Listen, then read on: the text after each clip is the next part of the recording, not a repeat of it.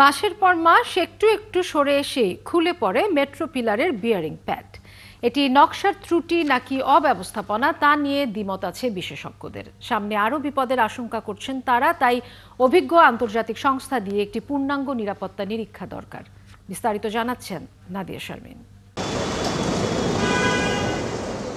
430 থেকে 433 মাঝে পার্থক্য দুটি পিলারের, আর সময়ের পার্থক্য মাত্র 1 বছর 1 মাস।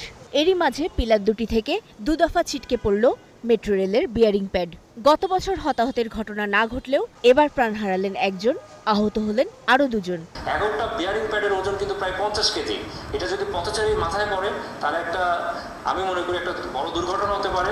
পাশাপাশি দেখেন, 1 বছর আগে যে শঙ্কার কথা আমি ব্যক্তিগতভাবে বলেছিলাম, গতকাল কিন্তু আমি মনে করি দুঃখজনকভাবে সেই ঘটনাটা কিন্তু ঘটে গেল। এটা একদিকে তো টেকনিক্যাল সমস্যা, কারণ নকশায় ত্রুটি আছে, এটা প্রমাণিত। বুয়েটের পুরাকৌশল বিভাগের এই অধ্যাপকের গণমাধ্যমে দেয়া সেদিনের সতর্কবার্তার পরও পাল্টায়নি তেমন কিছুই। এখনও তিনি জানাচ্ছেন বিপদের আরও শঙ্কা।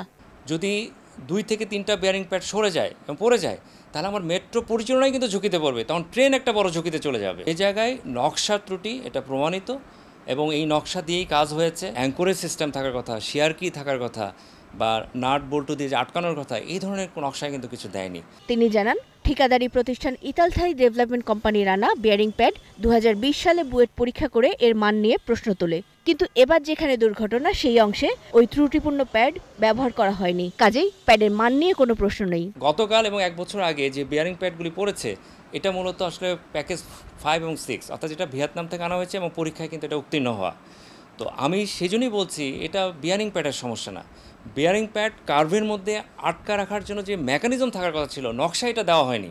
এদিকে প্রথম 3.5 বছর প্রকল্পে যুক্ত থাকা বুয়েটের পুরকৌশল বিভাগের আরেক অধ্যাপক বলছেন, নির্মাণ কাজ ও মালামাল বুঝে নিতে ঠিকমতো নজরদারি হয়নি। প্রথমবার দুর্ঘটনার পরেও চলে এই অব্যবস্থাপনা। প্রতি কম্পনে ছোট ছোট মুভমেন্ট হয়। এই মুভমেন্টটা দেখার মতো কোনো লোক ছিল না। কেন নাই?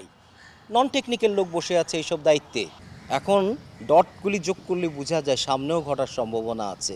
একটা দৈব হতে পারে, 2টা তো দৈব না, এবং ক্লোজ প্রক্সিমিটিতে হয়েছে। ডেফিনেটলি এটা টেকনিক্যাল থরো একটা ইন্ডিপেন্ডেন্ট কম্পিটেন্ট অথরিটি দিয়ে সেফটি অডিট করার কথা। অথচ প্রায় 34,000 কোটি টাকা ব্যয়ে 100 বছর নিশ্চিন্তে চলার আশ্বাস দিয়ে নির্মাণ করা এই মেট্রো রেলের বয়স মাত্র 3 বছর।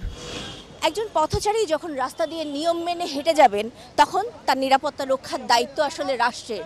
কাজেই এই মেট্রো রেলের ক্ষেত্রে নকশাগত হোক, নির্মাণগত হোক কিংবা রক্ষণাবেক্ষণ, যেখানে ত্রুটি হয়ে থাকুক না কেন, বারবার এ ধরনের দুর্ঘটনা প্রমাণ করছে যে সমাধান এখনো পুরোপুরিভাবে হয়নি।